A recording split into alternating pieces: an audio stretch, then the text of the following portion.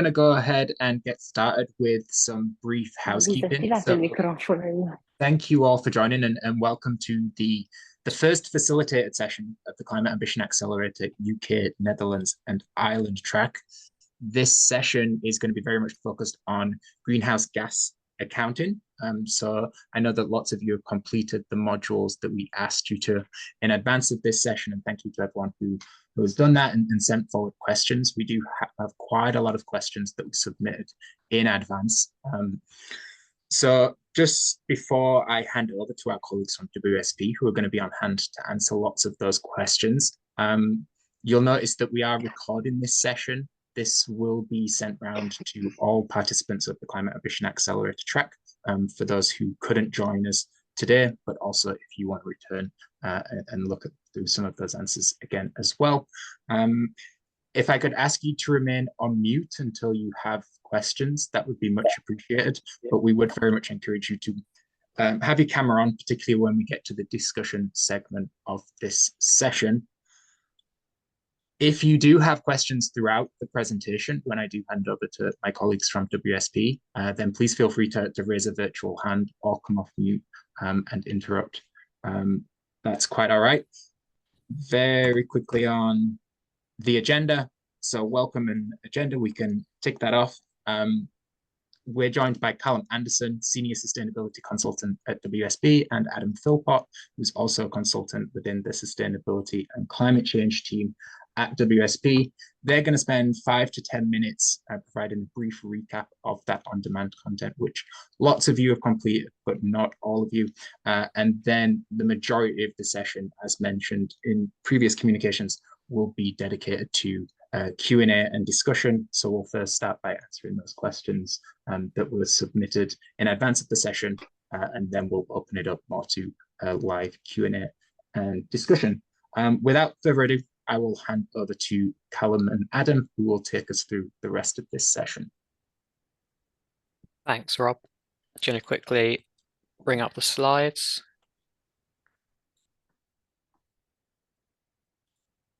Give me a shout when you can see them. All set, Callum. Yeah, perfect. Thank you. So as Rob said, we're pretty happy for hands to be raised throughout any of the slides, and just take yourself off mute if you want to interrupt us. It's often easier to ask that question when you've got the context on the screen rather than waiting. So we're happy to be flexible along with questions. So in terms of myself, like Rob said, I'm a senior sustainability consultant from WSP. We're going to run through the summary slides in terms of the on-demand content you've already had for about 5 to 10 minutes, and then dive into about 25 questions we've had in advance, and hopefully have some time for some questions if you guys have any on the call as well. So in terms of the on-demand content, this one will be quite a high level first slide. It's just why are we doing this and why are we even measuring greenhouse gas emissions? So there's quite a few different reasons for doing this. And when you're looking at doing your greenhouse gas assessments, it's often very useful to have in mind the purpose behind your assessment should be driving the whole process. So if you're doing it for regulatory reasons, the most important thing is to get that accuracy right in the areas that you're being requested for, and feel like the methodology you're using for that greenhouse gas assessment is defensible. If you're doing it because you're looking at decarbonising over time, you'll be doing a level of forecasting. And with forecasting comes a little bit less accuracy because you don't know the future and you're not able to predict it. So the most important part is you feel like you're covering the whole scope, and you don't need to be as concerned about how specific your data is, because it's more about looking out into the future and making sure that you're confident in the commitments you're making. So in terms of why greenhouse gas emissions, lots of it's to do with, we all know the side from climate change, and then there's also just considering that regulatory side, and then if you're doing it for target setting, those drivers for doing it can kind of affect how you're doing the assessment. One thing that I wanted to kind of highlight in more detail is around the organizational boundary. And this is just because we get lots of questions for people coming to WSP asking about the organizational boundary. And this is one of the first items that you need to consider when conducting a greenhouse gas assessment. And what the organizational boundary is basically the approach you're going to take for accounting for your emissions. So the two main approaches that are recommended by the GHG protocol is the equity share approach and then the control approach. So the equity share approach is looking at the percentage of kind of equity you have over a particular asset. This is only really applicable to stuff like banks and investment firms. The SBTI, the Science Based Targets Initiative, and GHG protocol will always try and recommend companies take the control approach when they're looking at their greenhouse gas assessments. And this is just because it puts more of the onus on the company undertaking that assessment to look at, sorry, someone was just knocking at my door, to look at implementing activities that they feel they have a level of control over. So in terms of the two types of control approach, you have the financial control model and the operational control model. So what the financial control model is you are accounting for any emissions that you feel like you have an ability to financially impact that area. And the operational control is when you have the operational ability to impact that area. Appreciate they, as definitions, aren't the easiest to digest. It's much more simple with you've got an example, which I've got on the right-hand side. So what we've got on the right-hand side is there is two facilities, facility A and facility B. And we're going to run through each of those approaches, and you'll see that depending on the approach you take, you get a different number of emissions out at the end of it. So on the left-hand side for facility A, this is a factory where it produces 500 tons of carbon a year. The particular company in question has 100% equity share of this property, and it also has operational and financial control. Facility B is a smaller office block where there's 100 tons of carbon a year and there's 50% equity share, but we do not have operational and financial control. So if you take the equity share approach, you're accounting for 100% of emissions from facility A and 50% for facility B, which gets that 550 tons number. If you're taking the financial control approach, you just have 100% from facility A, but because you have no financial ability to influence facility B, it's just 500 tons of carbon. And then that's the same for the operational control approach. So you have facility A where you have 100% operational control. So you're responsible for 100% of those emissions, which is 500 tons. And facility B, because you don't have any operational control, you then don't account for any of the emissions from that. So it's 500 tons. The most important thing to keep in mind regarding organizational boundaries, it needs to be consistent. So for all of the assets being considered by the greenhouse gas assessment, you have to choose one of the equity share and then one of the financial control or operational share. You can't mix and match those different approaches. I've seen a question just come through on the chat, so I'll try and pull this up. So for wholly owned subsidiaries, would operational control and financial control be the same? Yes, I believe that to be the case, where you're making 100% of those organization and operational decisions. You've then got 100% operational control. And if you're not getting any kind of external investment that could influence that financial control, then yes, it would be 100%.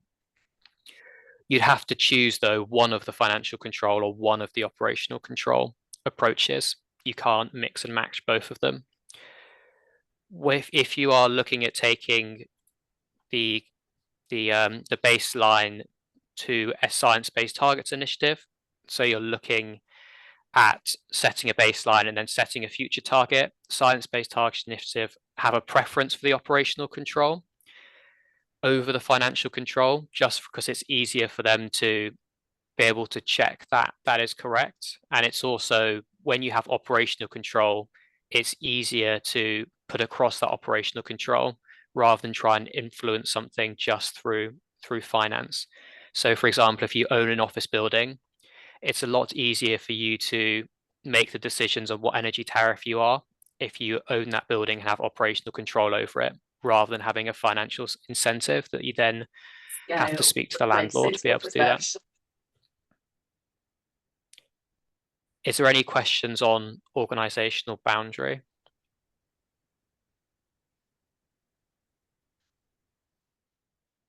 So I'll jump into the next slide, and Adam's going to briefly give an overview of the. I have a question. Sorry, Callum. That's okay. I submitted the question prior to the meeting. Are we Yep. going to have the opportunity to ask? It's best to ask that now. It is about. I can answer that now, and Okay. yes, I'll jump through it because it makes most sense to answer at this point in time. Is this question on the screen the one that resonates with you? Yes. Yeah. It resonates exactly. So essentially, what the question is there is, depending on the type of company you are, your ownership of an asset might change over time.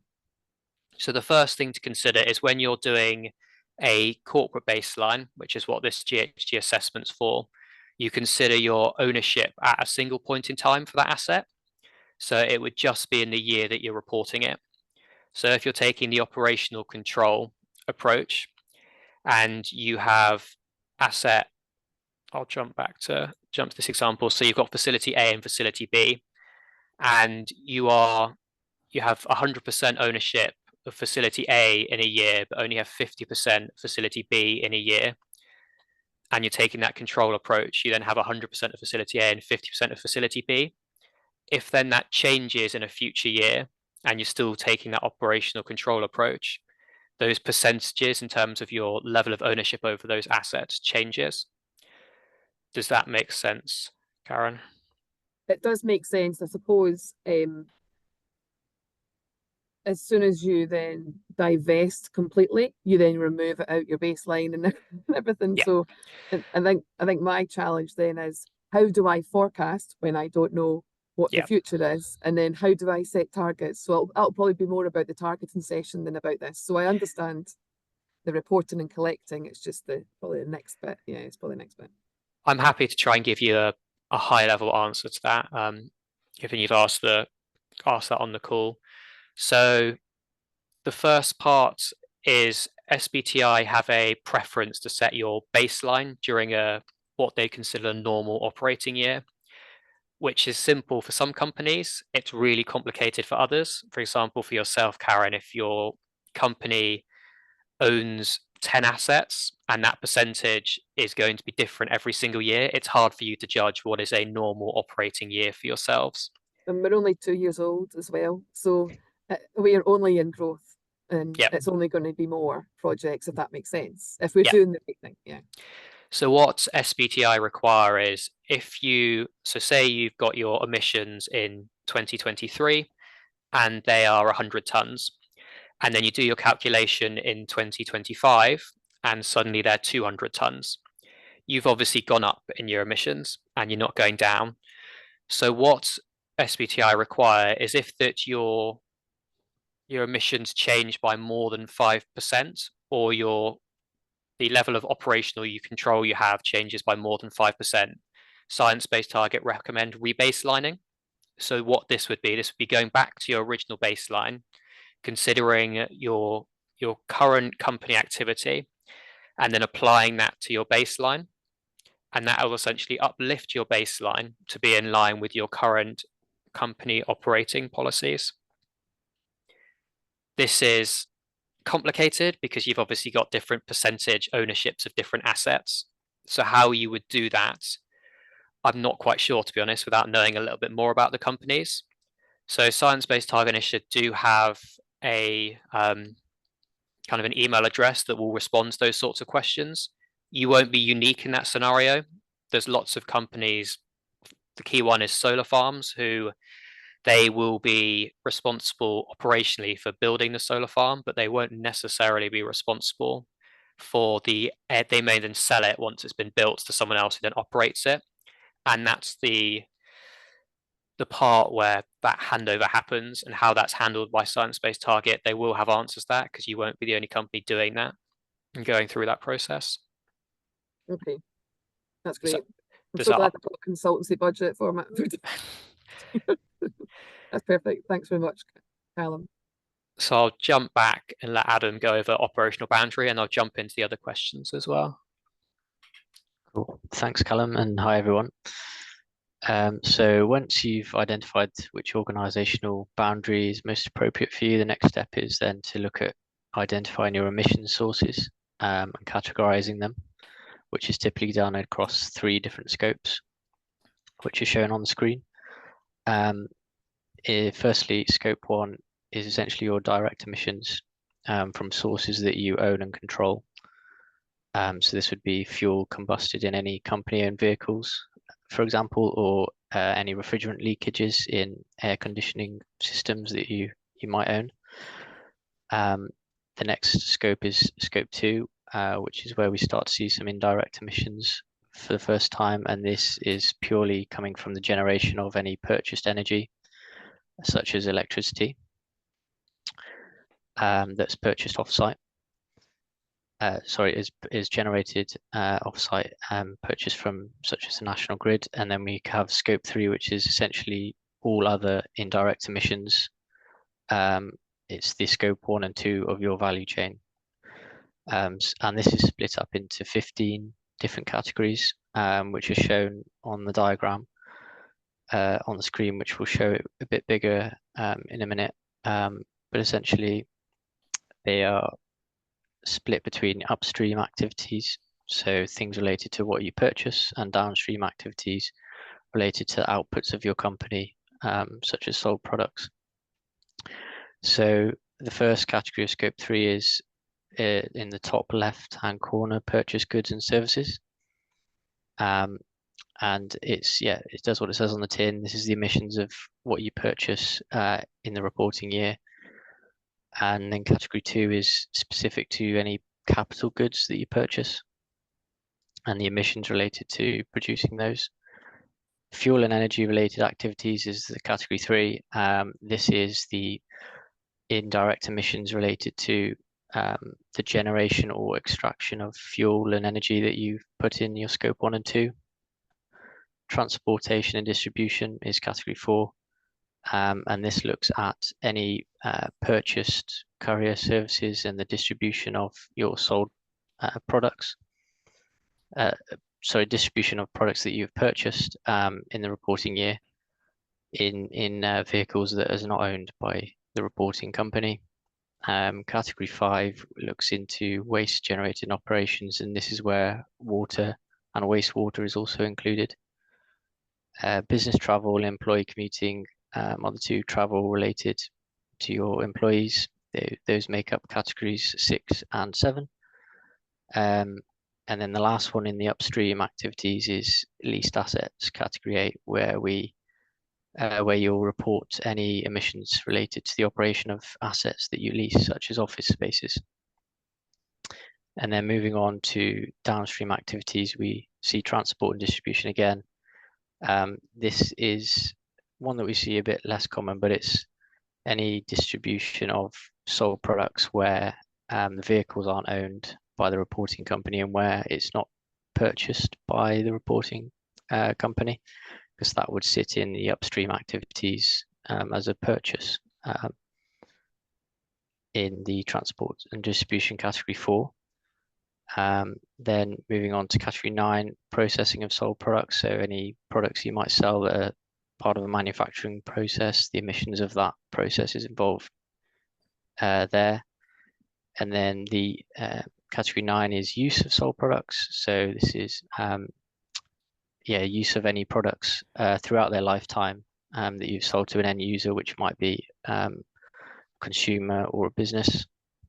So it's if a company sells washing machines, it's the electricity that's consumed by that washing machine throughout its lifetime. The next category is end of life treatment. So that's the disposal of any sold products at the end of their life. Category 13 is leased assets, in terms of any assets that you've leased. And then the last 2 categories relate to franchises and investments. And it's worth mentioning as well that each scope and category has a minimum boundary of what should be reported. So there are some things that you have to report as per the greenhouse gas protocol, and there are others that are optional. So, for example, going back to the, if we look at the use of sold products as an example, if a clothing company sells clothes, there's not really any direct emissions from the user there, but there are indirect emissions in terms of washing those clothes. So the indirect, sorry, would be an optional to report. But if it's identified that indirect emissions are in the use phase are quite significant, then it's recommended to include those.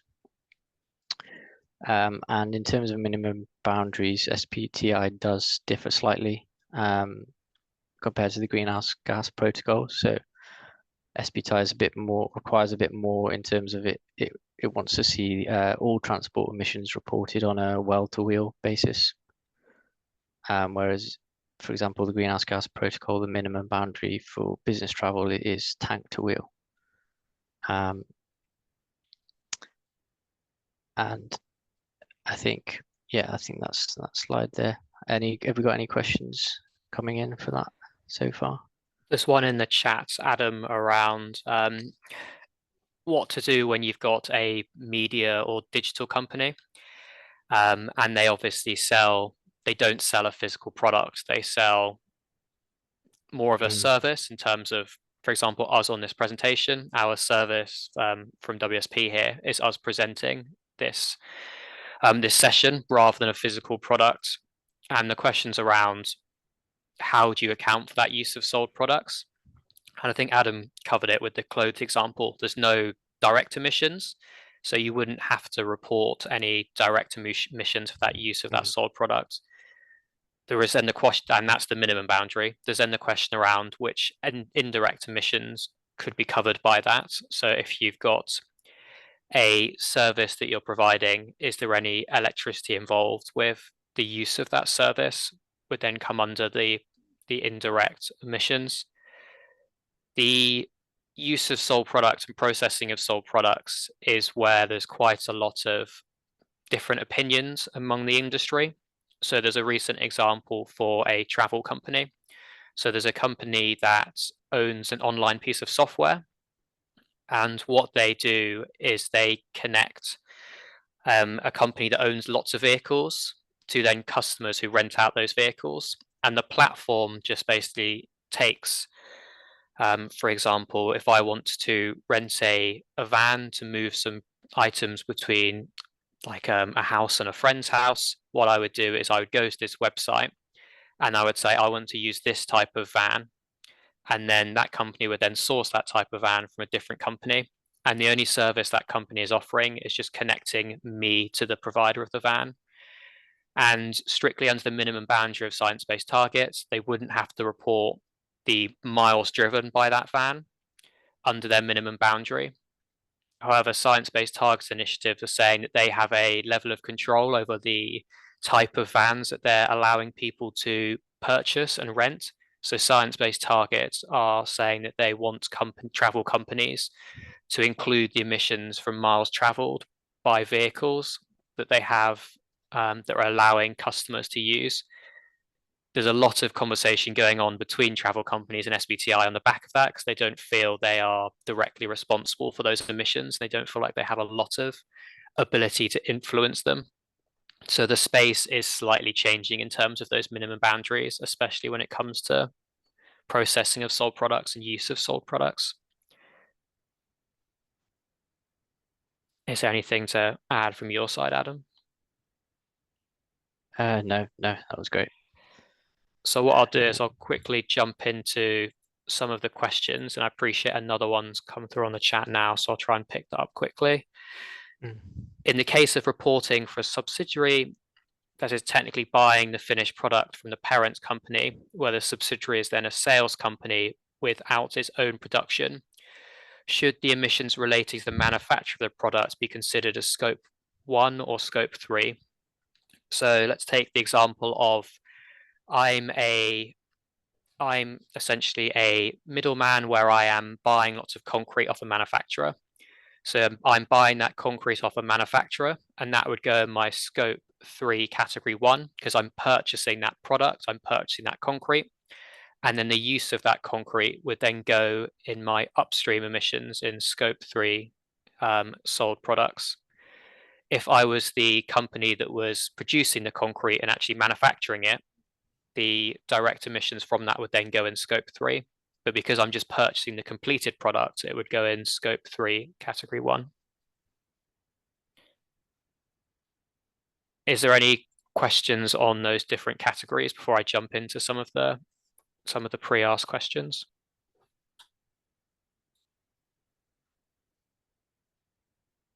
So what me and Adam are going to do now is we're going to run through some of the questions that we got, and we've prepared some answers on the slide.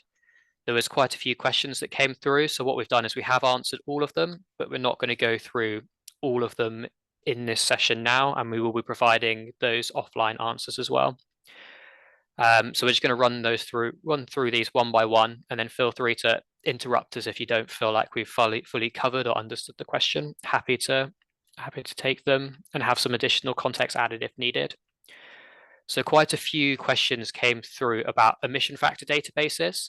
So I'm probably just going to give an overview of the different type of emission factor databases, and then offline we're going to provide different examples for UK, for Europe, and for US for each of these different databases. So you can dig into those in your own time. They are just recommendations. There is also more on top of those ones. So in terms of emission factor databases, you have something called, what I've called generic here. And this is basically where you have an asset and you have a quantity associated with that asset. So it could be kilowatt hours for electricity. It could be tons if you're looking at stuff like concrete and steel. And it could be miles driven if you're looking at vehicles. And these generic emission factor databases have an activity or a unit associated with them. And then you have the grams of carbon to undertake that activity. So for every mile travel, it produces a certain number of certain grams or kilograms of carbon equivalents. And that's what you find in the generic emission factor databases. Those units can change quite a bit, and you can do conversions between those units. So for example, if you want your distance traveled in kilometers, you can then convert it to miles to kilometers. You then have spend-based emission factor databases. So this is where you have, for every pound spent on a particular item, the expected emissions associated with that purchase. So this is very wide ranging. You have it in the most simple format for stuff like steel, concrete, and materials you may be purchasing. But spend factor databases also have information on, if you're spending £1 on an admin service, how much emissions you'd expect associated with that admin service. It has the same sort of things for consultancy, for telecommunications, for IT services, for marketing. So these spend-based emission factors are often used when you can't use a generic emission factor because you don't have that activity. So say you are trying to calculate the emissions from your business travel. You don't know how many miles traveled by your different types of vehicles, but you do know how much your total spend is on business travel. So then you can apply a spend-based emission factor and a spend-based approach. In terms of the approach you want to be taking, it's always recommended to start with the activity data. So the miles traveled, the kilowatt hours, the tons, rather than using spend, just because the activity data is a more accurate source of information rather than spend. In terms of how most spend-based databases work, what they tend to do is they tend to categorize the total spend of different industries. And so that, for example, for manufacturing, there'll be a spend-based emission factor associated with the consumer goods, fast-moving consumer goods manufacturing industry. And they'll find the total high-level expenditure from that industry. And then they'll estimate the total emissions from that industry and divide one by the other to get your average amount of emissions per pound spent from that industry. And that's how the input-output spend-based emission factors tend to work. And then the last source of emission factors you can find is in life cycle assessment or environmental product declaration databases, which EcoInvent is an example. So this is where you have a specific product. So for example, the laptop that I'm using in front of me, the laptop I have is likely to have a environmental product declaration associated with this. And you'll be able to find that in the EcoInvent database, and you'll be able to find the average emissions from the production of that laptop. So what we'll do after this session is we'll provide, like I said, different examples of these different databases for those different regions, so UK, Europe, and US. Is there any questions on those emission factor databases? So I'll jump into the next slide. This is also related to emission factors, and this is to do with when you see emission factors online, you often see them referred to as something called carbon dioxide equivalence. And what carbon dioxide equivalence is the emissions from all the different types of greenhouse gas molecules. So there's 8 types of greenhouse gas emissions covered under the Kyoto Protocol. And what the carbon dioxide equivalence enables us to do is consider all of those as one combined figure, rather than at the bottom here, there's an example of a class 1 up to 1.35 ton van. And this carbon dioxide equivalence number is the emissions from driving 1 kilometer in that van in carbon dioxide equivalents. And it adds up the CO2, the methane, and the nitrous oxide. You do have certain databases that allow you to consider each of the greenhouse gases independently, but it's always recommended to report that carbon dioxide equivalence as one number rather than reporting them independently. In terms of the question that's just come through on the emission factor databases, so there is likely to be an emission factor database for Africa as a continent. And what I would say is if that can't be found, there's nothing wrong with using other databases for the products you're interested in as a proxy, as long as you feel like that the proxy you're using is defensible. So for example, if you're looking for a specific type of steel that is produced in Africa and that information isn't readily available, what you could do is you could just take the worldwide figure and say that applies to the African specific product you're purchasing. Or you could take the European or US one if you feel like it's justifiable that you can do that.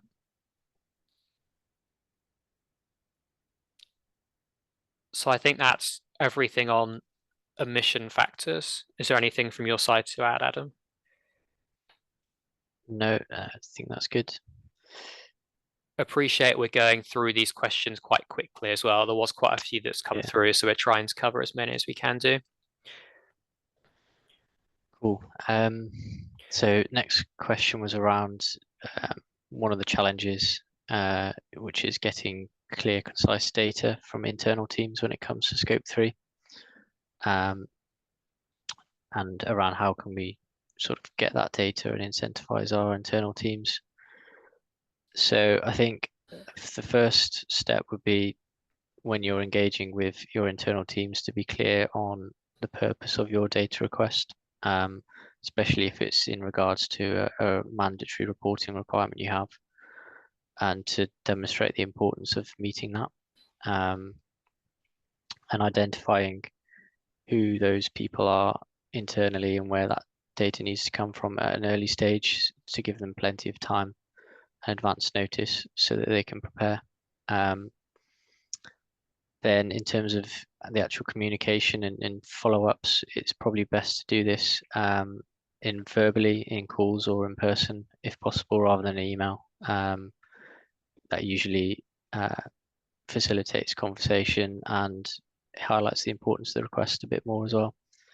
But if you're finding that this doesn't help still, then certainly escalate, especially if it's a mandatory reporting requirement, and you can seek the support of managers further up the chain. to escalate the request? In terms of data collection, this is quite a common thing that is ran into when you're doing greenhouse gas accounting. Often the people doing the assessment don't own any of the data. So you'll be going to your travel team to try and understand the miles traveled by vehicles. You'll be going to your finance team to try and understand what different IT equipment is being purchased, for example. So what I would say is the easiest thing to do is try and slot into other people's reporting mechanisms as well. So say that they're already releasing their information in a certain format, try and piggyback on the back of that rather than trying to always send out your own unique data request, just because you're then putting additional pressure on that team that won't have this additional ask as part of their business as usual working day to do that. So try and slot into some of the outputs they're already bringing out, and just ask them, if you go to them and say, I'm looking for this. Say you're looking for, I'll use that really simple example with miles traveled by vehicles. So say we're looking for the number of miles traveled by different types of vehicles, and they may come back and say, we've only got it in kilometers. Is that good enough?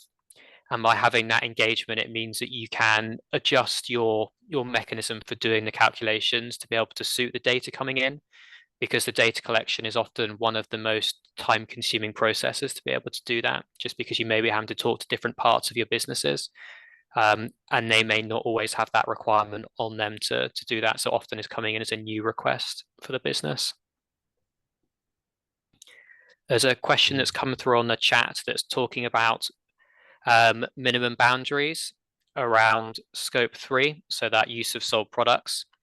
So the specific text in GHG protocol is companies may optionally include emissions associated with maintenance of sold products during their use. And the question is just around what would mine and Adam's recommendation for that be. So I'm happy to take that first. What I would say is, if you have the ability to calculate it, I would definitely do that as best practice, because what you'll find from that is you'll find the size of those emissions. So if you're finding that you have a particular product that has very high maintenance requirements, and the emissions from undertaking that maintenance is very significant, it would be recommended to include it inside the boundary, just because of the scale of the emissions from that. So that would be the first point, is look at the sort of size of the impact you could be having by including this in the boundary.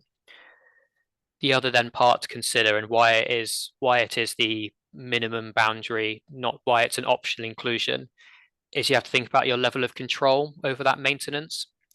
So say you have a dishwasher, like the example Adam gave, and there's a level of maintenance required for the upkeep of that dishwasher.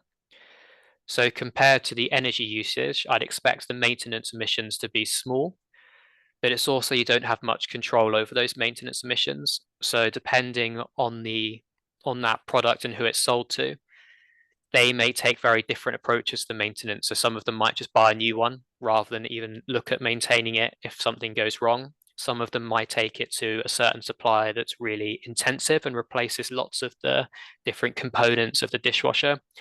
And then one of them may take it to someone to fix it, who then may not take that approach and take a minimum approach. So I think the two things really to consider around that question is just, what is the size of the emissions and how much control do you have? And if they are large emissions and you do have a large level of control, it would be recommended to include it.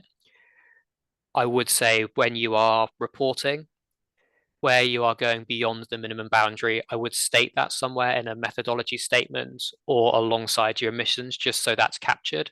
So if anyone looking at any of that public documentation is just aware that you've gone beyond that minimum boundary.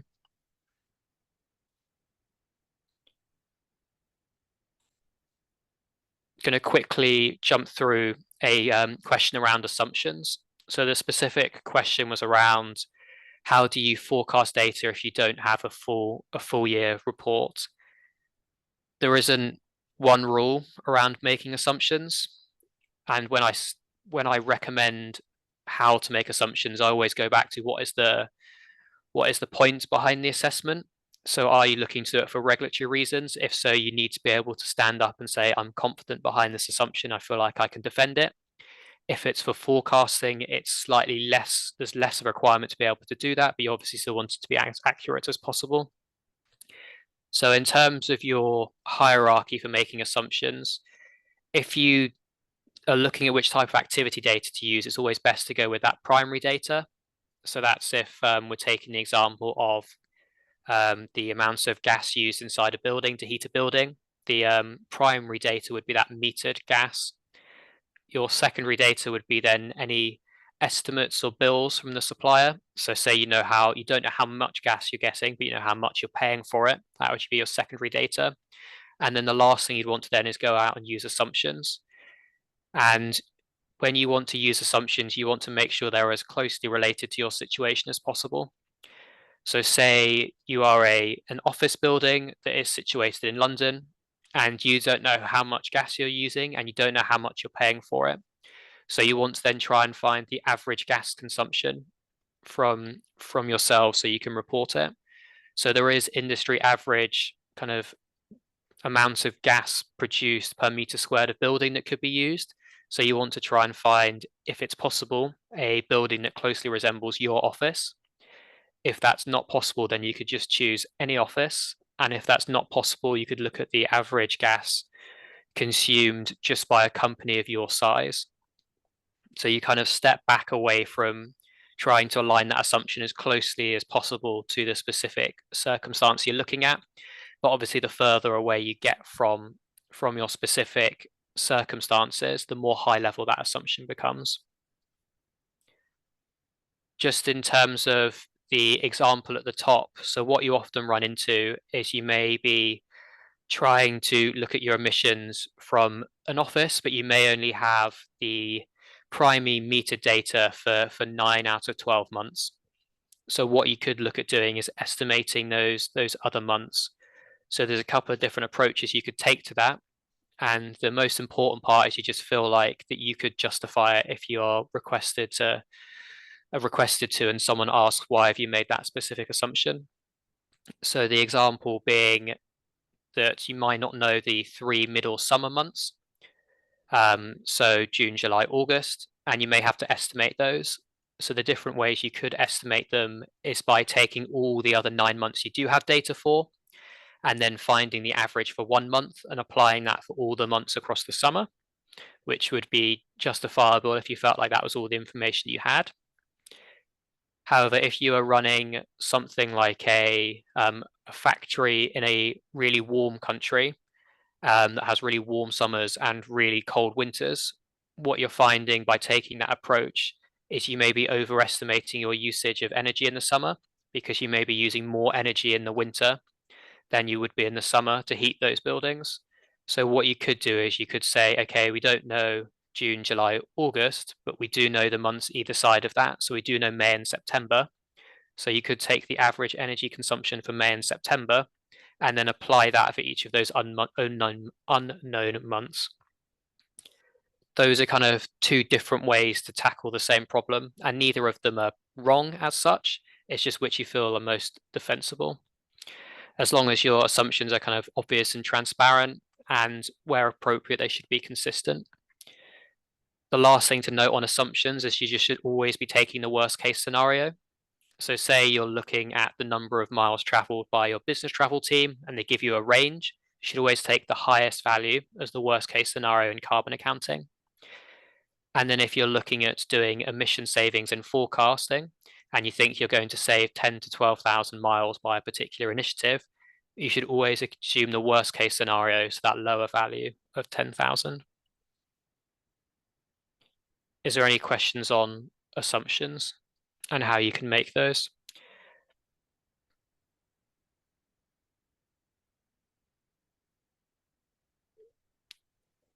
I'll jump into the next slide quickly on uncertainty, and this is more to point the person who asked this question in the right direction. So science-based target initiative don't require you to report on uncertainty, but Greenhouse Gas Protocol does have an Appendix B where it talks about how you should be looking at uncertainty. So I'd recommend looking at GHG Protocol Appendix, the Scope 3 Guidance Appendix B, and the link to that will be shared at the end of this, along with all the other slides as well. Due to time, I'm going to jump quickly into the next question. So Adam's going to take you through some questions on scope 2 and scope 3. Okay. So the first question we have is around, or they've provided the scope 2 definition, indirect emissions from purchased electricity, steam, heating and cooling. And just wanting a bit more clarification around the purchase heat and cooling. Well, district heating and cooling networks are a source of energy that you can purchase to heat or cool a building. And you might do this instead of having natural gas boilers, for example. So as the generation of the heating or cooling effect occurs off-site, similarly to electricity from your national grid, it is categorized as an indirect emission and should go in your scope 2. And then any of the indirect emissions related to transmission and distribution losses, those will go in your scope 3, category 3. But it's unlikely that you'll have purchase direct heating and cooling. It's usually just electricity for the scope 2. And then the second part of that question is use of refrigeration and air conditioning equipment. That's a scope 1 where you own or maintain operational control over refrigerators and air conditioning equipment. And looks like we've just had a question pop up in the chat. If we want to address that before moving on. So this is a question regarding the SBTi near-term criteria.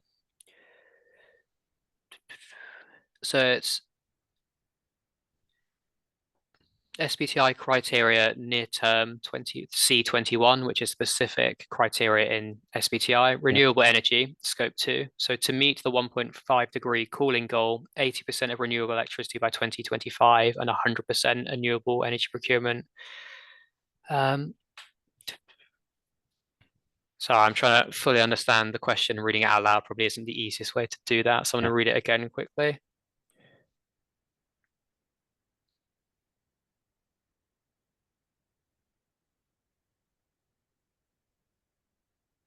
So I think this is, and I can't be specific, and there is a follow-on SBTi webinar coming on that this may be more appropriate to, but I think it's to do with, rather than setting scope 2 targets for SBTi, sometimes you can just set a quantity of renewable energy that you're going to purchase rather than setting a scope 2 target. And I think it's to do with that. Mm-hmm. And SBTi just have some specific requirements around when you have to purchase electricity to be able to meet that. So SBTi often require net zero by 2050 is their long-term goal. However, that goal is often different for electricity consumption. For example, industries where they where they sell electricity, the power sector has a net zero target for SBTi of 2040.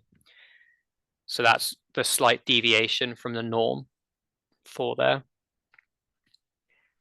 And in terms of how you would meet that renewable energy target, it would be via purchasing through a guarantee of origin or a PPA. SBTi may require proof of that purchase as well. That's why you'll need that to be available, because they may ask that question. You can also look at using your own renewable energy on your own sites that you generate to meet that as well, but appreciate that's not always appropriate in all cases.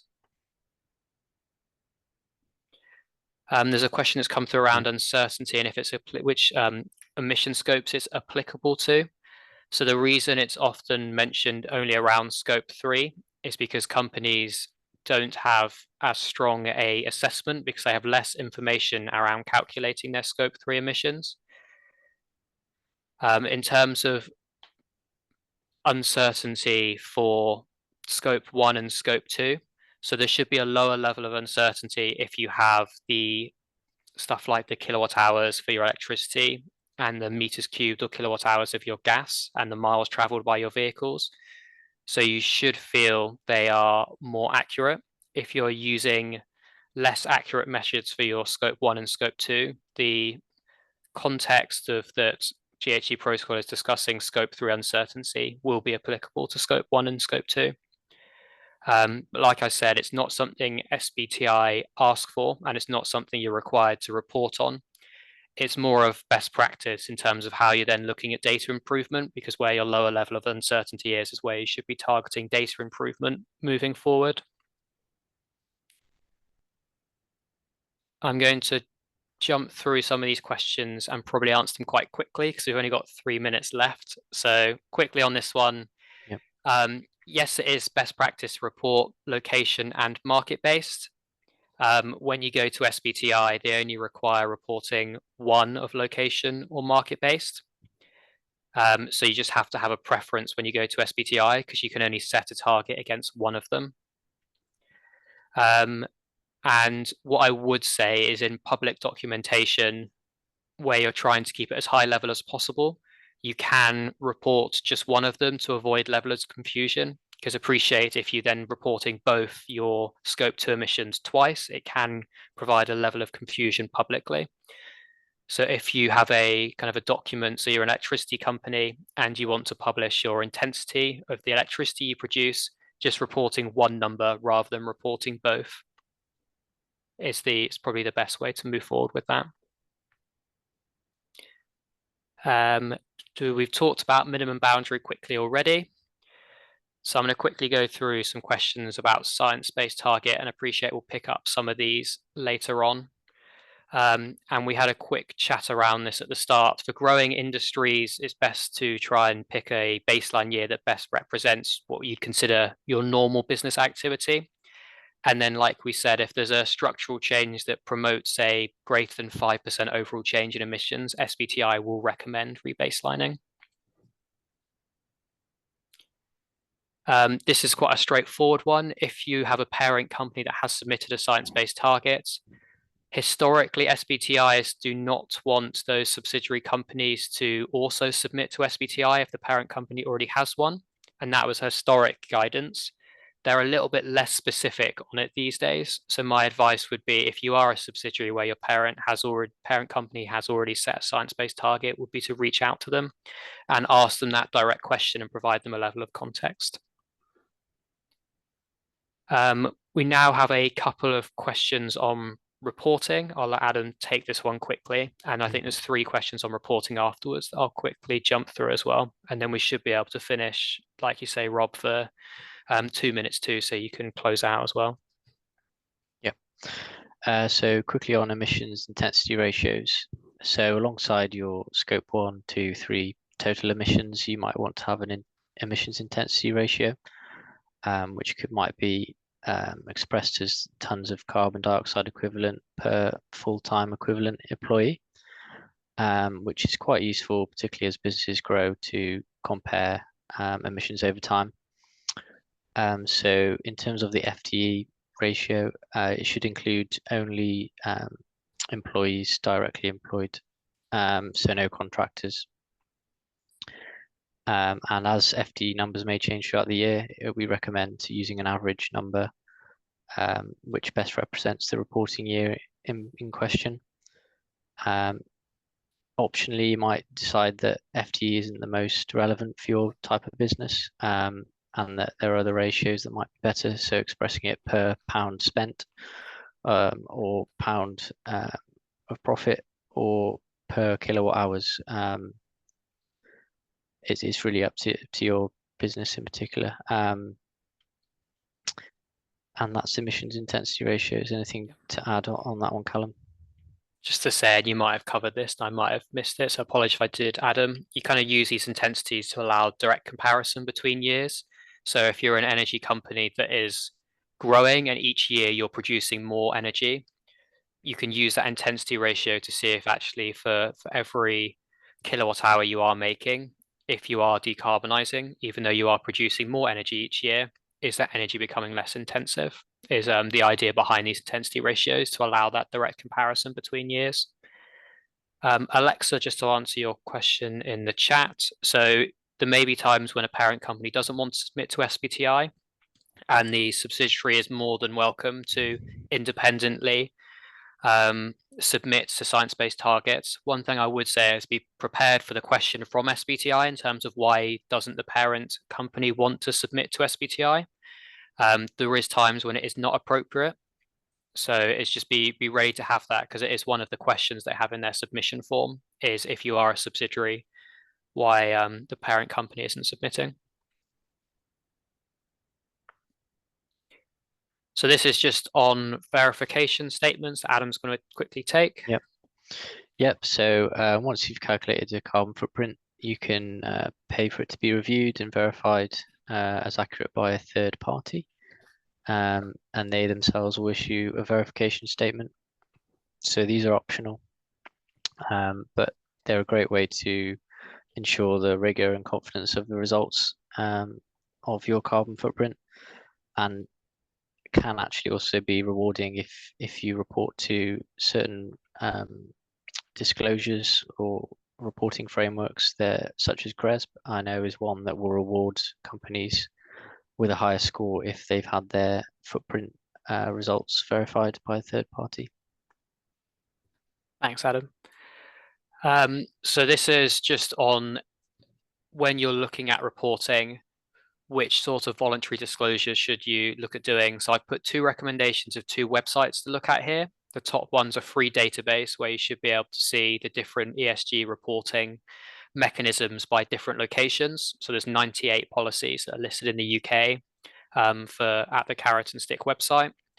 And then EcoFact is a paid service where they'll provide you with your own kind of dashboard bespoke to your company and your industry. They'll then point you in the direction of what you should be reporting against. And then this is the last question. I'm not going to fully answer this one because it very much depends on the carbon footprint. But in terms of using a calculation platform or a consultant to work with your to do your carbon assessment, it very much depends on the complexity of your company. If most of your emissions are business travel and to do with your office, energy and electricity, so if you're a law firm or similar business like a law firm, you will be able to use a carbon calculation platform and it shouldn't be too complicated. If you're a manufacturing business, it gets quite a bit more complicated, but it very much depends on the business itself. Appreciate it's now 1 minute left. Rob, do you want to jump back in and wrap up for us? Yeah, thank you so much, Callum and Adam. Yeah, lots of questions there to get through, but really appreciate the comprehensive and extremely clear answers that you provided to our participants. Very clear for me, at least, hopefully very beneficial for our participants as well. Thank you also for the written up answers as well, which for all of our participants, I will send alongside a recording of this session as well. So just thanks again, yeah, to Callum and Adam for your support on this session and the rest of the program. I think we will be seeing you in subsequent sessions. Very quickly, before we sign off, I just wanted to make you all aware of our next session, which is on the 18th of June, and this will be our SBTI debrief and discussion. So you can see 3 modules on screen that need to be or should advised to be completed in advance of that session.